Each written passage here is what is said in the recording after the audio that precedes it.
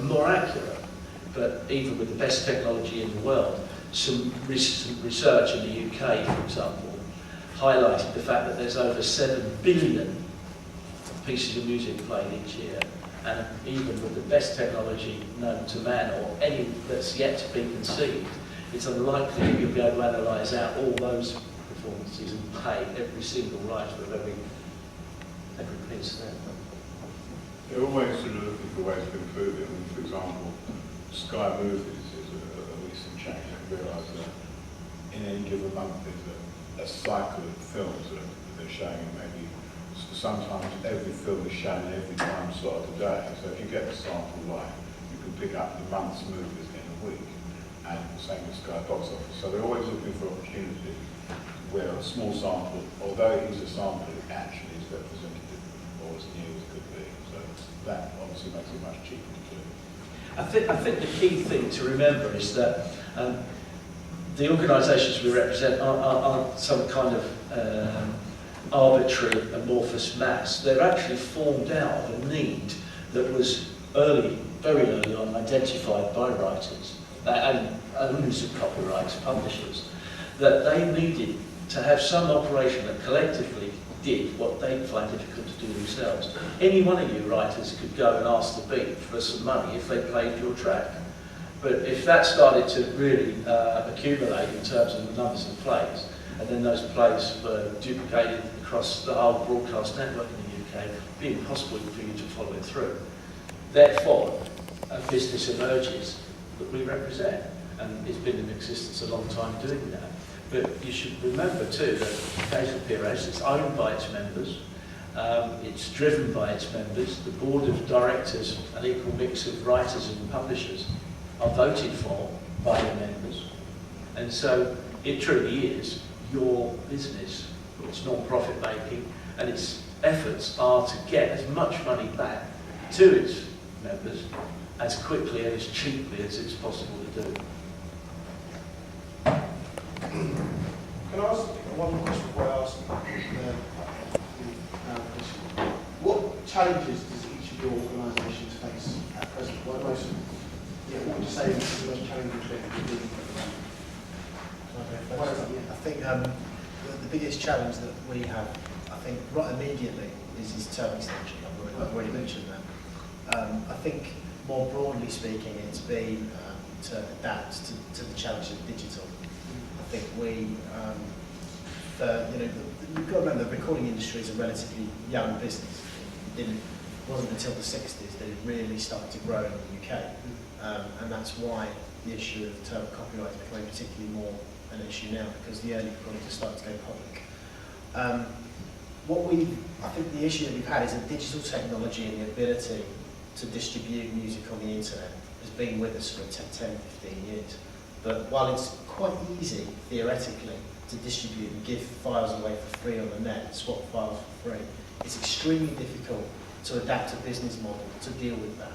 And particularly in the dynamics of the wider music industry, has been very much based around the recording industry and the recording industry controlling distribution. Now, what is changing is that with digital, you no longer have the constraints of physical product. Now, a lot of people have said, oh gosh, your business model is really, you're in a lot of trouble. CDs are going to go down and the internet's the future. But I think the problem that you always have is getting your product to your audience. And from our point of view, our product isn't CDs, our product is recorded music. And with digital, it's opened up a whole new raft of ways in which you can get music to consumers. You don't have to go by the traditional, produce an album, do 3 singles. First single promotes the album, second single comes out after the album's out, and you have this cycle. You're no longer constrained by that, because you can do digital EPs, you can do stuff like Niles Buckland did by releasing a download, and then having a physical product out next week, and you can really profile it. And I think that's the challenge, has been to deal with the challenges faced by illegal file sharing and adopt legal alternatives for consumers who want to buy their music online. And the jury's still out at the moment, but is certainly on the way to winning that battle. And the downloads business in the UK has gone from virtually zero in 2003 to 5.5 million sales in 2004, and 26.5 million last year. And in this year we're at the top of 1 million downloads a week. So this is a rapidly growing market, and I think the knack is to try and grow the digital pie for all of us, and then work out how we can deal with distributing it. We have two challenges that I can think of, and they're both positive challenges. As a company, we're trying to be very competitive with our competition over there, that's one thing, but competitively lean as well. We're trying to trim the fat that's accrued over the last 10, 15, 20 years, and that's hard. That's hard. How do we find ways to pay our writers more, reduce our commissions, because as it is, we exist for our writers and composers, but at the same time trim the excess costs as well that come with an organization. So I think that's been our mandate across the board the past few years.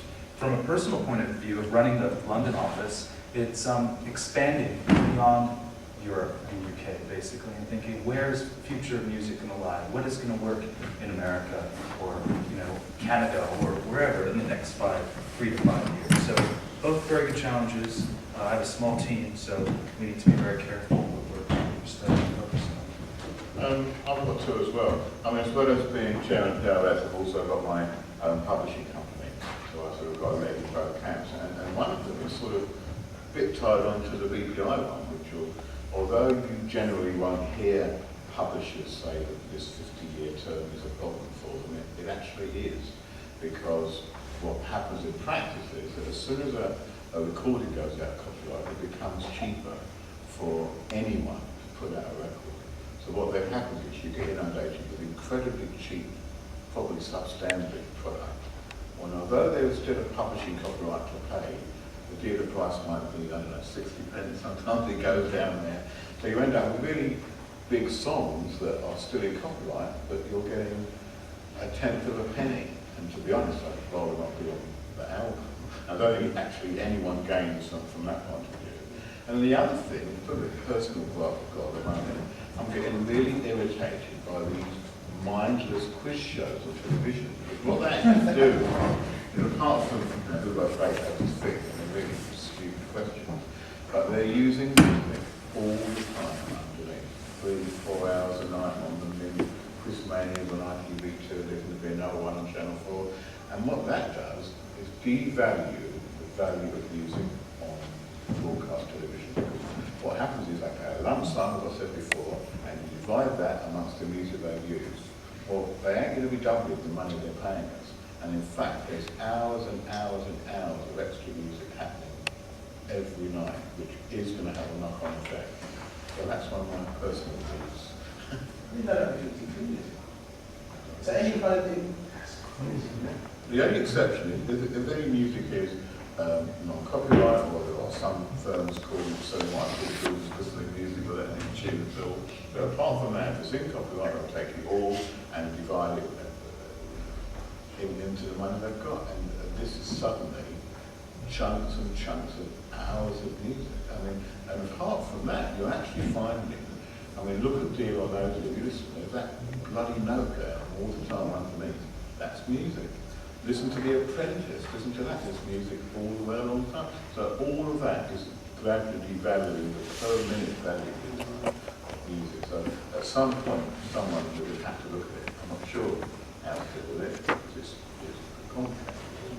It needs to be looked at. I think I draw attention to a couple of things too. One is more internal in as much as PRS and MCPS for that matter are always looking to try and keep the most efficient system and provide the most amount of money for its members most efficiently and most cheaply. So it's about observing costs. I'd say that's always going to be a challenge, particularly as in this area of work, it's going to become more competitive. You've heard about the competitive situation that exists in America. Well, we face a similar situation across Europe, where right now it looks as if the European Commission will be encouraging competition between collection societies across different territories. So that's going to present a very interesting challenge to PRS as will all the other companies doing the same job in their countries.